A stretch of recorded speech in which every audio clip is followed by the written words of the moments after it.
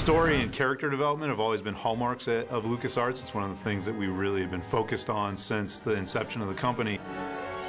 When we first started working on what would ultimately become The Force Unleashed, we wanted to be a continuation of the Star Wars saga. We wanted to be a new chapter in the Star Wars saga. And I felt very strongly that this time period between episodes 3 and 4 was very fertile.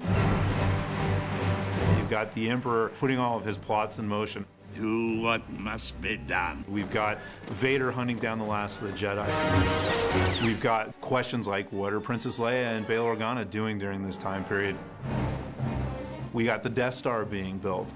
So all of those things kind of came together in our minds as we started working on the story.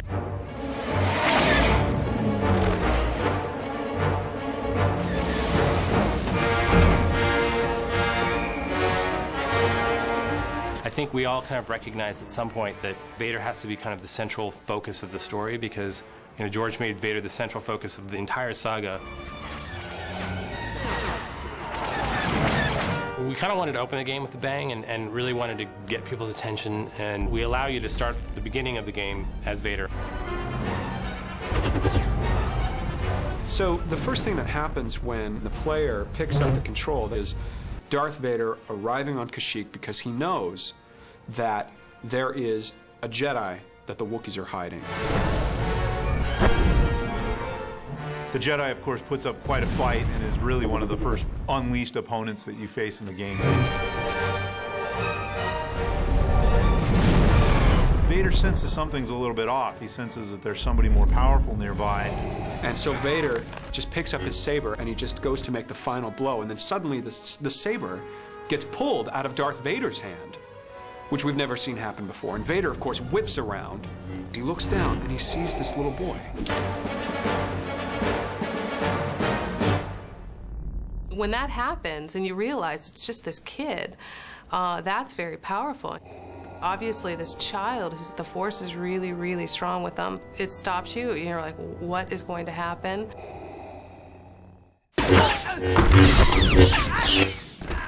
In that moment, Vader realizes that I can use this boy. He's really powerful. Come with me. So we transition to the future, many, many years. And this boy has now become Darth Vader's secret apprentice. Rise, my apprentice. And he's kind of doing these tests or trials for Vader. He's hunting Jedi and trying to prove himself to Vader. What is your will, my master? And so you playing Darth Vader's secret apprentice, that's where the story really takes off.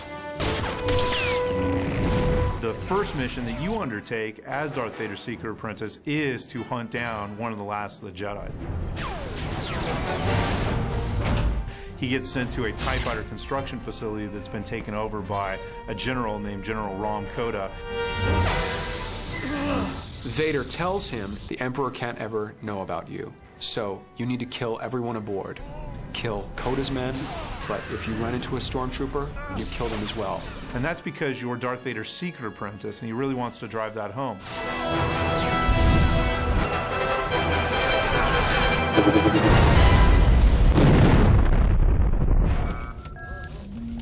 Roxy, give me the time.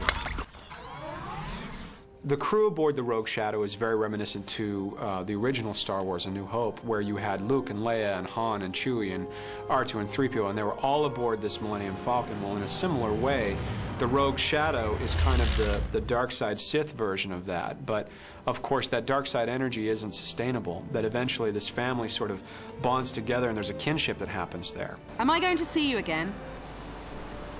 Probably not, no. Obviously, this time period also includes the birth of the Rebellion, this ragtag group of freedom fighters that will ultimately oppose the Emperor and Darth Vader in Episode 4. This scene is such an important part of the Star Wars canon. This is the start of the whole alliance, the whole changing of the guard, the whole shifting in rebellion. We have a really well-rounded story, and you know, it's not very predictable at times. There's a lot of surprises. You may think you're going down one way, and you'll find yourself in another. And I think the character development and the choices that you make in the dark and light side will come across not only through the story, but the actions that you may take. Everything we want to do is to to kind of further the lore of Star Wars and to really make this a part of the saga. I think the story gives you new understanding about characters like Darth Vader and the Emperor, and new insight into the time period between Episode 3 and 4 as well. You can't wait to find out what's going to happen next.